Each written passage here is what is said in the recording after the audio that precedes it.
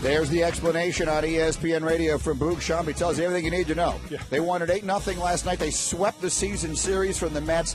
They've won 44 of their last 51 games. They have an .863 winning percentage. Crazy. In their last 51 games. The Dodgers are remarkable. Jay Cutler is a Dolphin. We've been talking about it all morning long. Shefty with the report that it's 1 year, $10 million, plus 3 more in incentives. We'll talk about it with Herman in a second. And we wish a happy birthday to two of the best. Mike Trout turns 26 today. Sidney Crosby is 30. And SportsCenter with Mike and Mike is brought to you by Sport Clips. They will send you back to school in style with a prize package sure to send you to the head of the class. Visit sportclips.com/back to school for all the details. No purchase necessary. It ends August. Looks like it should be 12th, I think. It's a 2 and a TH. It certainly can't be the tooth. You have to be 18 or older, subject to official rules at sportclips.com.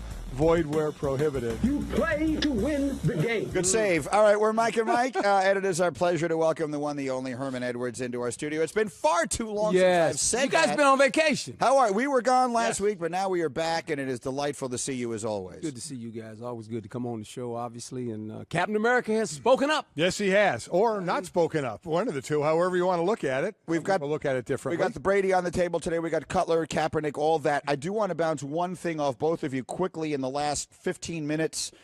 Adam Schefter reported the Browns quarterback Brock Osweiler has been named the starter for their preseason opener against the Saints. Now, this is not a team from whom much is expected, but he is a guy with a big contract, and I think the general feeling is he's either going to be the starter or he's going to get cut. Yeah, I mean, I've been talking to some people there and kind of following along, and they said at one point DeShone Kizer had been rising up and looking like he may grab the job. I know the last scrimmage they had, Cody Kessler didn't do himself any favors. Kizer played a little bit more like a rookie, and it was Brock Osweiler who kind of separated himself from the pack, and I think that's all they have to go on is who's looking good at the time and can go forward. And I thought Cody Kessler would be the starter at the beginning of the season. As I said, he didn't do himself a whole lot of good in the last scrimmage, and it seemed Brock Osweiler is kind of grabbing that job right now. Here's the statement from their coach, Hugh Jackson. At this stage in the evaluation process of our quarterbacks, we're going to have Brock start the preseason opener against the Saints on Thursday. A lot goes into our evaluation, but it's always going to be about efficiently and effectively running the offense. You want your starter to be able to do that despite any circumstance. Brock hasn't really gotten any first-team reps, and this will give him that chance. We look forward to seeing what he can do with this opportunity throughout the week and against the Saints. Cody will be the second quarterback to take the field, followed by Deshaun and then Kevin. I'm pleased with the way our quarterbacks have blah, blah, blah. So he's not getting first-team reps, Herman, and now he's going to start the preseason game. And that's the problem when you have quarterback competition, when you have that many guys. They don't get the reps. You can't divide them up well enough where all the guys will, it's in today's football especially because you're not practicing as long as you've done in the past. Only have one pad practice. All those things come into view. So I think he's right. He needs to let Osweiler start, see how he functions with the first group. They got a problem because if Cody Kessler was supposed to be the guy, he played last year, and he's struggling already.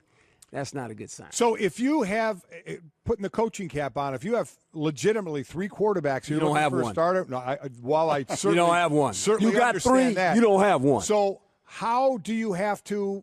Not so much practice because you only have the one pad of practice in these preseason games. Do you have to let each of them get time with the starters? Absolutely. And here's the key, Mike. You want them actually to play against the other starters because that's who they're going to. You want them. I always tell those young guys, hey, this game you actually get to play against the varsity. Because generally they're playing against the JVs. Mm-hmm. You want to see them play against the guys they're going to actually play on Sunday. That's important. And so that's why the third preseason game was so critical in the fact that you knew you had some young guys. You wanted to get your starters in there to play a little bit. But it was the young guys that were going to have opportunities. I wanted to see how they were going to play against the varsity players. That's kind of important. All right, so they're sorting their situation out in Cleveland. Herman is here with the Straight Talk, brought to you by Straight Talk Wireless, best phones, best networks, no contracts. Jay Cutler is the quarterback of the Miami Dolphins. He'll take a physical and then sign a contract today. Herman, your thoughts?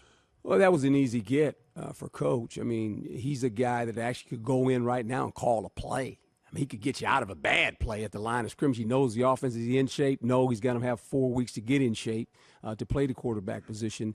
I mean, a lot of people were saying, was Deshaun Kaepernick, this is an easy sign for them. This is my sign, actually, and you'll remember, you're a Jet fan. We had Jay Feedley, and we had Vinny Testaverde, and we had Chad Pennington, and Chad goes down against Jacksonville, and Jay comes in, and 2 plays later, he goes down. Yeah. And so at halftime, I'm walking in the locker room. I'm going, whoa, this easy. My 2 guys go down. We got Brooks Bollinger. And I'm sitting, I said, hey, call Vinny. Vinny Testaverde. Vinny Testaverde's 42 years old. He's sitting at home watching it.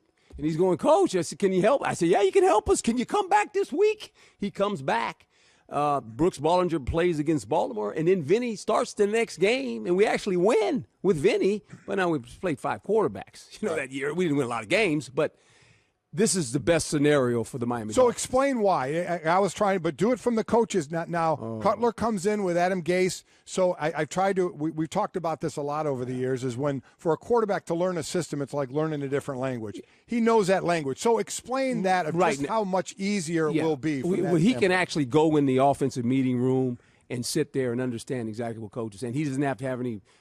We got to take him after practice and keep him here at night. He understands the system. He's going to catch it. He knows it right now. There might be a few nuances that he doesn't know, but he understands that. He could actually walk out today on the practice field and go in the huddle and call plays. He'd know what to do, right? I mean, he knows what to do. And, you talk about this is kind of funny. It says, well, you look at Jay Cutler, and what bothers you about Jay Cutler, his facial mannerisms, right? It just drive you crazy, right?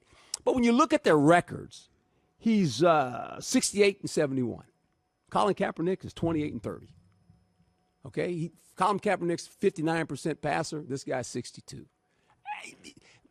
Jay Cutler's whatever you want. Okay, he's 11 years. I get it, but he knows the system. The players are going, oh, okay, we got Jay Cutler. They would be okay with Kaepernick, but Kaepernick. He would be learning the system. Now you got a guy that knows this. You got a guy coming in right now competing to be the guy. Now you're going to pay him $10 million, he's probably going to be the starter. Right. Okay? Because that's kind of telling you, coach goes, Moore is okay, but he ain't the guy. I'd rather go with Jay Cutler. And basically, coach is saying, hey, you know what? It's on me. It's on me. I know this guy. I'm bringing him in. And the players are going, if coach is bringing him in, we're good. He wouldn't do this if he didn't think this guy could play. Mike and Herman is here. If Cutler... How far would you have gone if Vinny had said, listen, I really don't feel like it. I'm not what did you need to hear from him that made you feel like I can have confidence in this, that this is now again, you had 0 options at that point. It was into the season already, and you lost 2 quarterbacks. They're not in that situation right now. But Golick was bringing up earlier, was this something where Jay just kind of money talked him into doing it? He doesn't really want to do it in his heart. What did you have to hear to know, yeah, this guy's in? Well, I think the relationship you have with him as a coach. I mean, this went on with Carson Palmer when he retired. Right. Remember? Yes. He retired. And coach, Hugh Jackson. Hugh Jackson was in Oakland. He said, hey, man, you got to come back. And everybody, and he came back, and it was awful. And then actually, after the Raiders situation, you said, he's done. Mm-hmm. Right? We said Carson Palmer's done. Yep. And we playing Raiders, said, oh, it's awful. He's done. Right? And then he goes to Arizona. Ended up being pretty good. Yeah. And so I just think you have a relationship with this guy, and look, Jay's not going, he goes to a place where he's going, I'm going to a pretty good team. They went into the playoffs last year. Now everybody's questioning that. Are they a playoff team, or did they have a good season? This is a typical NFL team. They're 8-2 in games 7 or less. Well, that's 30 to 40 plays. They don't make those plays. Guess what? They're 6-10, right? So we're going to find out this year. Well, Jay gives them a chance offensively. Defensively, they still got some holes, right? They're the 29th in total defense, 30th against the run. Now, they go out and get Timmons. They draft 5 of the 7 players on defense to help the defense. Offensively, we got Landry. We got Ajay. Hopefully he's going to be okay. You got a couple receivers we like but are always injured. Parker, right? He's injured. Steele is injured. Julius Thomas they bring in. He hasn't played up to his ability. So this is kind of an interesting football team.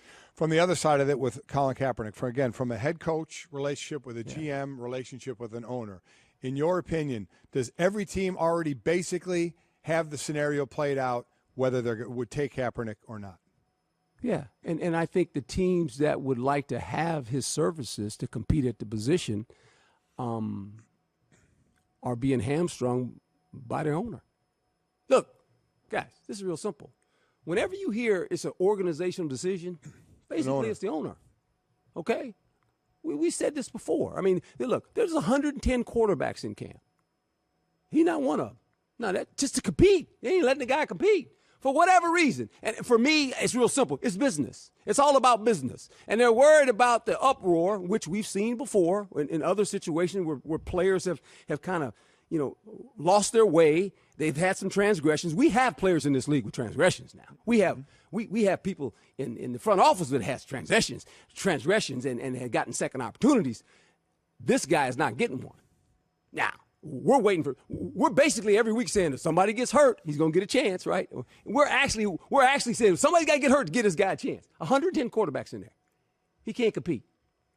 Kind of interesting. No, there's no mystery about what's going on here. No. Bomani Jones said this morning he will be surprised if Colin Kaepernick ever plays another NFL game. Would you be surprised?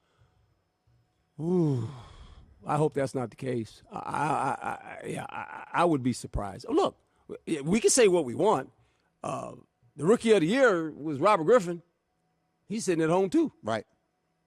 Totally different circumstance, but yeah. You know what I'm saying? You know what I'm saying? So it can happen that fast in this league. But the quarterback, I mean, that's one of those deals there. We see a lot of guys that are on some rosters right now, and I'm not going to call in there. Mountain, you're going, really? That guy's the third guy and this guy? And, we've heard every excuse. He's too good to be the backup. Right. Really? Or here's another one. The coaches use this all the time. Well, if we get him, we got to change our system. Let me tell you a little story. When you lose the first guy, you change your system anyway. It don't matter who the second guy is. He ain't the same guy. It's unbelievable. Herman is here. We have another big quarterback topic on the table today, and Herman will weigh in right after this word from Grainger. Mike, whether your business is small or it's medium or it's large, you still need supplies to keep it running. No matter your size or how much you order, Grainger has got your back. As America's #1 source for industrial-grade supplies and safety products, Grainger takes pride in the small part they can play in your business. What are some of the things Grainger has?